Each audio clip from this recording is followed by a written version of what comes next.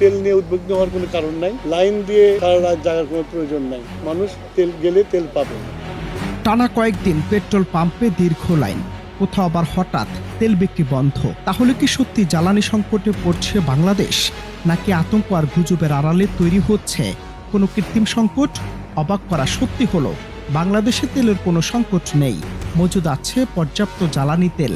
শুধু তাই নয়, আগামী 9 মার্চ দেশে আসছে আরও 2টি তেলবাহী জাহাজ। তাহলে অস্থিরতার পেছনে আসল রহস্য কি?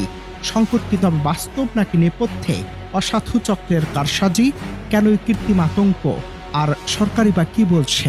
আমি আগেও বলেছি, গতকালকে বলেছি যে তেল নিয়ে উদ্বিগ্ন হওয়ার কোনো কারণ নাই, যে একটা অনিশ্চয়তা আছে, যুদ্ধটা কতদিন চলবে। সেই জন্য আমরা একটা রেশনিং করেছিলাম, কিন্তু মানুষ এই রেশনিংটাকে ভয় পেয়ে স্টক করা শুরু করেছে। আসলে আমাদের তেলের কোনো অভাব নাই।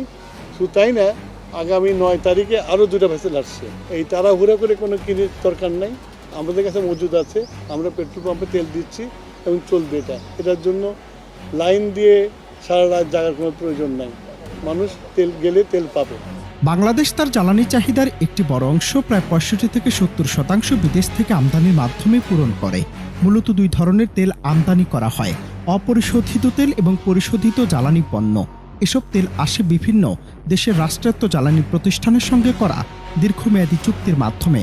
ভারতের ইন্ডিয়ান অয়েল কর্পোরেশন ও নুমালীগড় রিফাইনারি, চীনের পেট্রো চায়না ও ইউনিপেক, মালয়েশিয়ার পিটিএলসিএল, ইন্দোনেশিয়ার বিএসপি এবং সংযুক্ত আরব আমিরাতের এমিরেটস ন্যাশনাল অয়েল কোম্পানির মতো প্রতিষ্ঠান থেকে নিয়মিত জ্বালানি সরবরাহ পায় বাংলাদেশ। একটি দেশের কতদিনের জ্বালানি মজুদ থাকবে তা নির্ভর করে সেই দেশের জ্বালানি নিরাপত্তা নীতি ও আন্তর্জাতিক মানদণ্ডের উপর।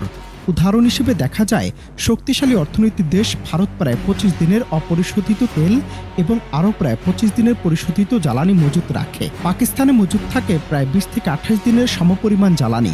অর্থাৎ প্রতিবেশী দেশগুলো সাধারণত কয়েক সপ্তাহের জ্বালানি রিজার্ভ রেখে তাদের চাহিদা পরিচালনা করে।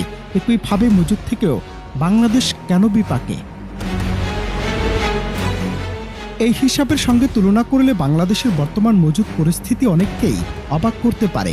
সরকারি তথ্য বলছে, দেশে এখন ডিজেলের মজুদ রয়েছে প্রায় 14 দিনের, অকটেন 28 দিনের, পেট্রোল 15 দিনের, ফার্নেস অয়েল 93 দিনের এবং জেট ফুয়েল প্রায় 55 দিনের সমপরিমাণ।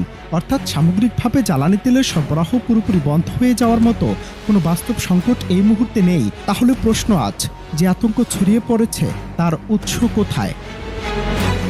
এদিকে সরকারের দাবি, দেশে জ্বালানি তেলের পর্যাপ্ত মজুদ রয়েছে এবং আতঙ্কিত হওয়ার কোনো কারণ নেই।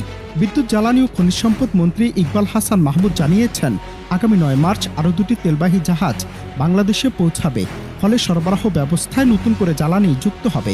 মন্ত্রীর ভাষায়, আমাদের তেলের কোনো অভাব নেই, নতুন ভেসেল আসছে, সুতরাং তেলের কোনো সমস্যা হওয়ার কথা নয়।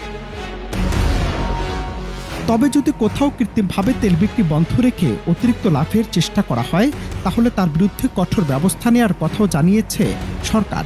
মন্ত্রী বলেছেন, বিষয়টি তদন্ত করে দেখা হবে এবং প্রয়োজনে ভ্রাম্যমাণ আদালত পরিচালনা করা হবে। অর্থাৎ বাস্তব সংকট নয়, বরং সরবরাহ ব্যবস্থার কোনো অনিয়ম বা কৃত্রিম সংকটই কি পাম্পে লম্বা লাইনের পেছনের কারণ?